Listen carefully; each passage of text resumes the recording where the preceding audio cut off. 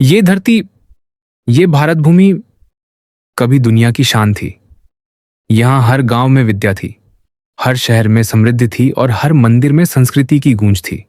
ये वो जमाना था जब भारत को सोने की चिड़िया कहा जाता था, क्योंकि यहाँ की मिट्टी में सिर्फ सोना नहीं बल्कि कर्म, ज्ञान और धर्म की खुशबू थी। लोग साधारण जीवन जीते थे, पर सोच बड़ी थी। सर्वे भवन्तु सुखिना, यानी सब सुखी रहे। कोई किसी से छीनता नहीं था, सब बांट कर जीते थे। पर इतिहास का पहिया हमेशा शांत नहीं रहता। समय के साथ ऐसा दौर आया जब बाहरी दुनिया की नजर इस धरती पर पड़ी और शुरू हुआ सदियों तक चलने वाला संघर्ष। पहला आक्रमण। सिंध की धरती पर तूफान साल था 712 ईस्वी। अरब से एक सेनापति निकला, नाम था मोहम्मद बिन कासिम। उसके इरादे साफ थे, सत्ता, सोना और धर्म का विस्तार। उसने सिंध की सीमाओं में प्रवेश किया। सिंध के राजा दाहिर ने उसे रोकने की ठानी। राजा दाहिर वीर, धर्मनिष्ठ और अपने लोगों के रक्षक थे। युद्ध हुआ, भयंकर। अरबी सेना विशाल थी, हथियार आधुनिक थे, पर हिंदू सेना का हौसला उससे कहीं ज्यादा। दाहिर ने अंतिम सांस तक लड़ा। जब वो शहीद हुए तो उनके साथ सिर्फ एक राजा नहीं, भारत की सरहद का पहला प्रहरी गिरा। लोग कहते हैं राजा हार गया, पर उसकी आत्मा अमर रही। उसने इतिहास में वो पन्ना लिखा जहां पहली बार हिंदू समाज ने कहा, हम झुक सकते हैं, टूट सकते हैं, पर धर्म नहीं छोड़ेंगे। गजनी का आतंक। सोमनाथ से उठी राख में भी श्रद्धा समय बीता। भारत ने थोड़ी राहत ली, पर विदेशी लालसा फिर बढ़ी। उत्तर की ओर अफगानिस्तान में एक नया नाम उभरा, महमूद गजनी। उसे चाहिए था सोना, सत्ता और शोहरत। कहते हैं वो भारत पर 17 बार चढ़ाया। हर बार लूट, हर बार विध्वंस, हर बार मंदिरों पर प्रहार। लेकिन सबसे बड़ा प्रहार हुआ सोमनाथ मंदिर पर। सोमनाथ, जहां सैकड़ों सालों से श्रद्धा का दीप जलता था, जहां राजा महाराजा नहीं, साधारण लोग भी दर्शन को आते थे।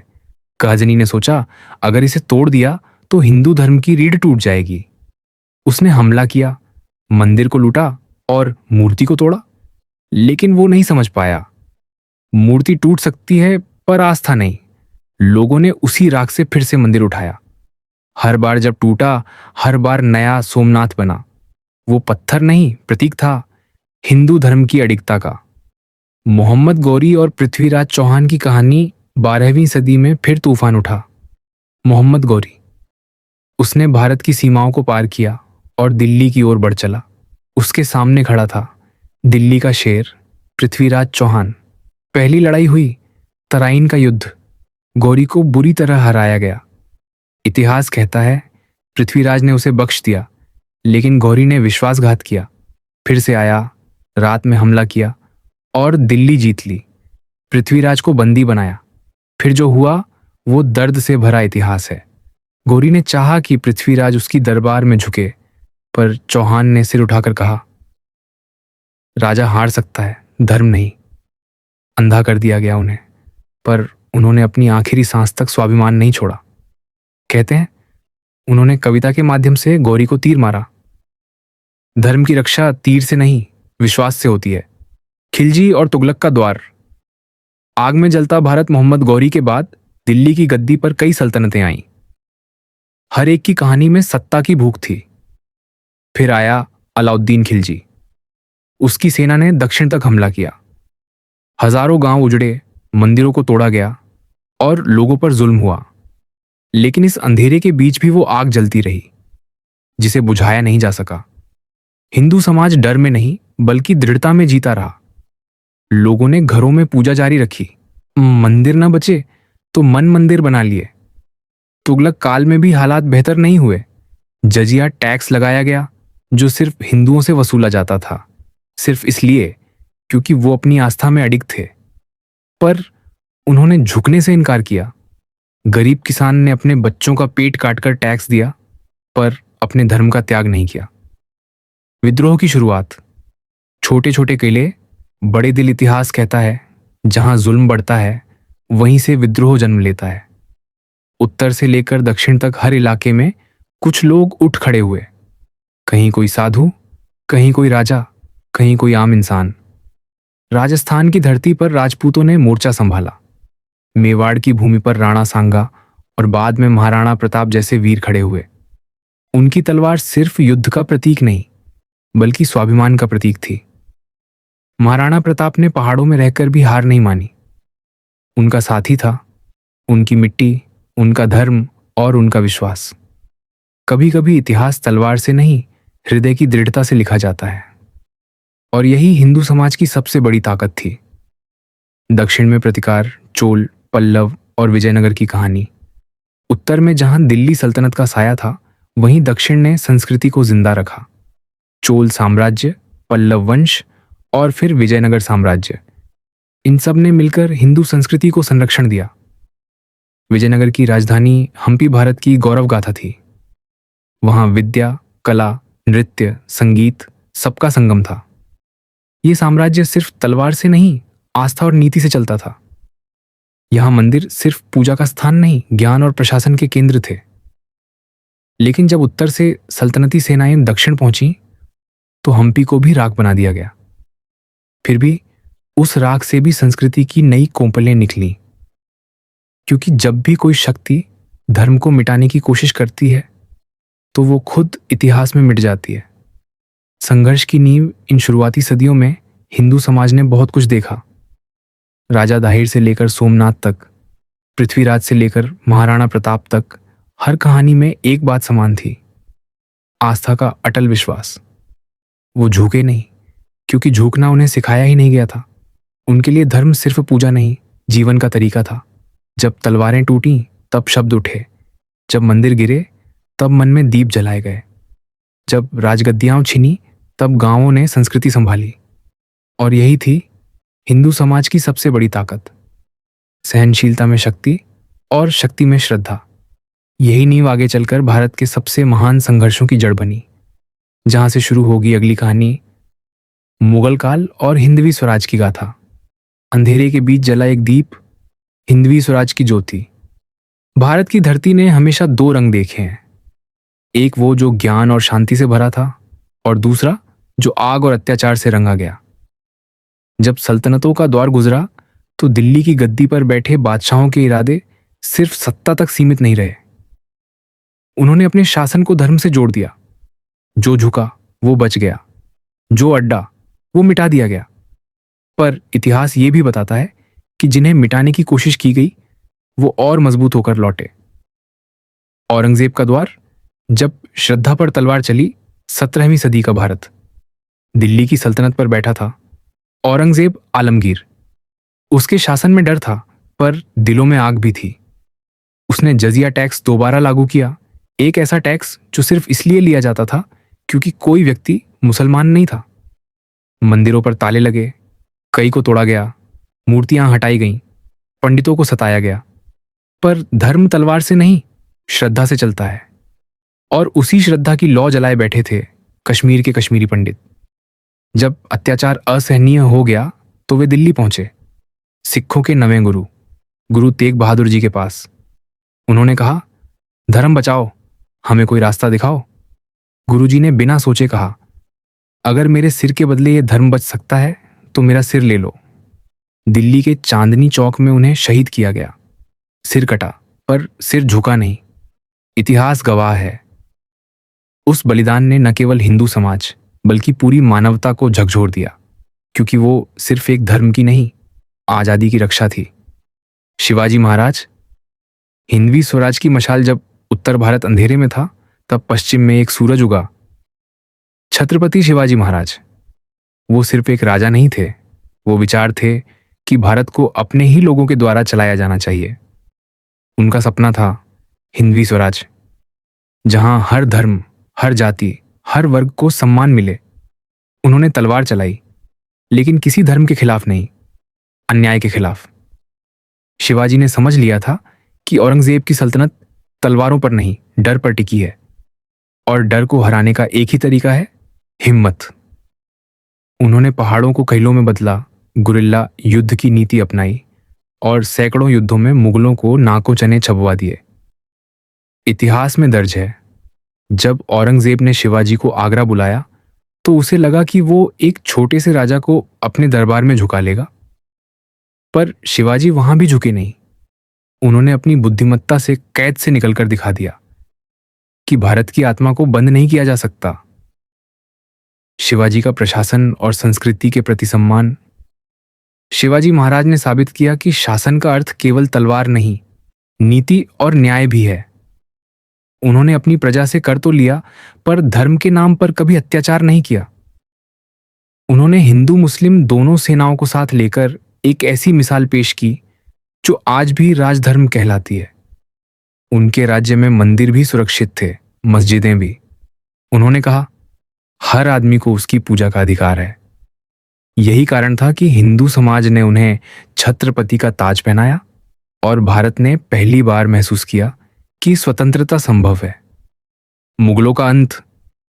मराठों की गर्जना औरंगजेब की नीतियों ने देश को तोड़ दिया। वो सत्ता के लिए लड़ा, पर जनता उसके खिलाफ उठ खड़ी हुई। मराठों ने पश्चिम में उसकी नींव हिला दी। दक्षिण में स्वतंत्र राजाओं ने अपने कगीले मजबूत कर लिए। हर गांव, हर घाटी से आवाज उठी, हम झुकेंगे नहीं। और जब औरंगजेब की मृत्यु हुई तो उसके साम्राज्य की दीवारें खुद बिखर गईं। इतिहास कहता है, जिस सल्तनत ने धर्म के नाम पर अत्याचार किया वो टिक नहीं पाई। लेकिन शिवाजी की विचारधारा, हिंदवी स्वराज, आज भी जीवित है। सिखों का उदय, तलवार और तिलक की रक्षा। गुरु तेग बहादुर के बलिदान के बाद उनके पुत्र गुरु गोविंद सिंह जी ने एक नई ऊर्जा दी, खालसा पंथ की स्थापना की। उन्होंने कहा, जब धर्म पर संकट आए तो तलवार उठाना भी धर्म है। सिखों ने सिर्फ अपने लिए नहीं, बल्कि पूरे भारत की अस्मिता की रक्षा की। उन्होंने अत्याचार के खिलाफ वो लड़ाई लड़ी जो आने वाली पीढ़ियों के लिए प्रेरणा बन गई। चमकौर की लड़ाई, आनंदपुर की दीवारें, हर जगह बलिदान की गाथा लिखी गई। और यही वो दौर था जब हिंदू समाज और सिख समाज एक ही मिट्टी के बेटे बनकर लड़े। उनका नारा था, देह शिवा वर मोहे यह है, शुभ कर्मण ते कभू न टरूं। यानी, हे प्रभु, मुझे ये वर दो कि मैं सदा धर्म के मार्ग पर डटा रहूं। संघर्ष से स्वराज तक। जब भारत ने खुद को फिर से खोजा, सदियां बीत चुकी थीं। मुगल सल्तनत अब ढह रही थी, पर भारत को चैन कहां, एक नया दौर शुरू हो रहा था जिसे इतिहास ने नाम दिया अंग्रेजी राज। विदेशी हुकूमत का ये तीसरा बड़ा अध्याय था। पहले तलवारें आईं, फिर सल्तनतें, अब आई चालाकी, कागज और कानून के नाम पर गुलामी। ईस्ट इंडिया कंपनी का आगमन। व्यापार से राज तक 17वीं सदी के आखिरी सालों में सफेद जहाजों पर सवार कुछ व्यापारी भारत पहुंचे। नाम था ईस्ट इंडिया कंपनी। उन्होंने कहा, हम व्यापार करने आए हैं। पर धीरे धीरे व्यापार ने शासन का रूप ले लिया। साल 1757, प्लासी की लड़ाई। नवाब सिराजुद्दौला की हार के साथ भारत का भाग्य बदल गया। अब जो पहले व्यापारी थे वो शासक बन बैठे। हाथ में बंदूक थी, पर नियत में शासन की भूख। भारत की आत्मा पर प्रहार। अंग्रेजों ने सिर्फ राज नहीं किया, उन्होंने सोच पर भी राज करने की कोशिश की। उनकी नीतियां थीं, फूट डालो और राज करो। हिंदू मुस्लिम, ऊंच नीच, जिला दर जिला, हर जगह दीवारें खड़ी की गईं। मंदिरों, गुरुकुलों और पारंपरिक शिक्षा को कमजोर किया गया। अंग्रेजी स्कूल खुले, जहां भारत के बच्चों को सिखाया गया कि वो कमतर हैं, कि उनका अतीत अंधकारमय है। लेकिन भारत की मिट्टी में जो आत्मा बसी थी वो इतनी आसानी से नहीं झुकती। स्वामी विवेकानंद। चेतना की पुकार। 19वीं सदी के आखिरी हिस्से में जब भारत का आत्मविश्वास खोने लगा था, तब एक आवाज आई, स्वामी विवेकानंद की। उन्होंने कहा, उठो, जागो और लक्ष्य प्राप्ति तक रुको मत। उन्होंने सिर्फ धर्म नहीं सिखाया, उन्होंने आत्मबल सिखाया। उन्होंने कहा, तुम्हारे भीतर भगवान है, अगर खुद पर विश्वास कर लो तो कोई ताकत तुम्हें रोक नहीं सकती। शिकागो धर्म संसद में जब उन्होंने कहा, मेरे अमेरिकी भाइयों और बहनों, तो पूरा संसार थम गया। भारत की आत्मा ने पहली बार विदेशी धरती पर अपनी आवाज बुलंद की। उनकी बातों ने सोए हुए समाज को जगा दिया। हर युवा, हर संत, हर देशभक्त ने महसूस किया कि हमें अपनी जड़ों पर गर्व करना चाहिए। सामाजिक सुधारों की लहर। अंग्रेजी शासन के दौरान भारत सिर्फ राजनीति में नहीं, समाज में भी बंटा हुआ था। बाल विवाह, जातिपात, अंधविश्वास, ये सब देश की कमजोरी बन चुके थे। ऐसे समय में उठे राजा राम मोहन राय, ईश्वर चंद्र विद्यासागर, स्वामी दयानंद सरस्वती, ज्योतिबा फुले जैसे महान सुधारक। राजा राम मोहन राय ने सती प्रथा के खिलाफ आवाज उठाई। उन्होंने कहा, धर्म वो नहीं जो इंसान को जलाए, धर्म वो है जो इंसान को बचाए। स्वामी दयानंद सरस्वती ने आर्य समाज की स्थापना की। उनका नारा था, वेदों की ओर लौटो। वो कहना चाहते थे कि भारत की जड़ें विज्ञान, तर्क और सत्य पर टिकी हैं। इन सुधारों ने समाज में नई हवा चलाई, जहां धर्म अंधविश्वास नहीं बल्कि जीवन का मार्ग बना। पहला बड़ा विद्रोह 1857 की क्रांति साल था। 1857, जब देश के अलग अलग हिस्सों में गुलामी के खिलाफ गुस्सा फूट पड़ा। कई रियासतों ने अंग्रेजों की आज्ञा मानने से इनकार किया। मंगल पांडे की बंदूक से निकली पहली गोली भारत की पहली क्रांति की गूंज बन गई। दिल्ली, कानपुर, झांसी, मेरठ, हर शहर में आग लग गई। झांसी की रानी लक्ष्मीबाई ने कहा, मैं अपनी झांसी नहीं दूंगी, और वो वाकई इतिहास में अमर हो गया। भले ही 1857 की क्रांति असफल रही, पर इसने एक बीज बो दिया, स्वतंत्रता का। लोकमान्य तिलक और स्वराज की पुकार 20वीं सदी की शुरुआत में एक आवाज गूंजने लगी, स्वराज मेरा जन्मसिद्ध अधिकार है। वो आवाज थी लोकमान्य बाल गंगाधर तिलक की। उन्होंने भारत के त्योहारों को भी संघर्ष का माध्यम बना दिया। गणेशोत्सव और शिवाजी जयंती अब सिर्फ धार्मिक पर्व नहीं रहे, बल्कि राष्ट्र जागरण का प्रतीक बन गए। उन्होंने कहा, अगर हम खुद पर शासन नहीं करेंगे तो कोई और हम पर शासन करेगा। उनकी बातों ने पूरे भारत को जगा दिया। अब संघर्ष सिर्फ तलवारों का नहीं, विचारों का हो चुका था। महात्मा गांधी, सत्य और अहिंसा की शक्ति फिर आए। मोहनदास करमचंद गांधी, महात्मा गांधी, उन्होंने नया रास्ता दिखाया, अहिंसा का, सत्य का और आत्मबल का। उनकी बात थी सीधी, अगर किसी ने तुम्हें मारा तो तुम उसे मारो मत, बल्कि अपने सहने से उसे शर्मिंदा कर दो। चंपारण, दांडी मार्च, नमक सत्याग्रह, हर आंदोलन ने साबित किया कि आजादी सिर्फ हथियारों से नहीं, संकल्प से मिलती है। गांधी ने कहा, राम राज्य का अर्थ धार्मिक राज्य नहीं बल्कि न्यायपूर्ण समाज है। उनकी यह सोच हिंदू दर्शन के उस सिद्धांत से जुड़ी थी जो कहता है, अहिंसा परमो धर्मा। गांधी के साथ साथ नेहरू, सुभाष चंद्र बोस, भगत सिंह, सरदार पटेल, हर दिशा से आवाज उठी, भारत मां तेरी जय हो। आजादी का सूरज साल था 1947। सदियों की गुलामी के बाद भारत ने आजादी की सांस ली, कई जख्मों के साथ, कई बलिदानों के साथ, पर गर्व के साथ। लाखों लोगों की कुर्बानी, हजारों वर्षों की तपस्या और करोड़ों दिलों की आस्था से भारत फिर से खड़ा हुआ। त्रिवर्ण तिरंगा लहराया और हवा में गूंज उठा, जय हिंद, आधुनिक भारत।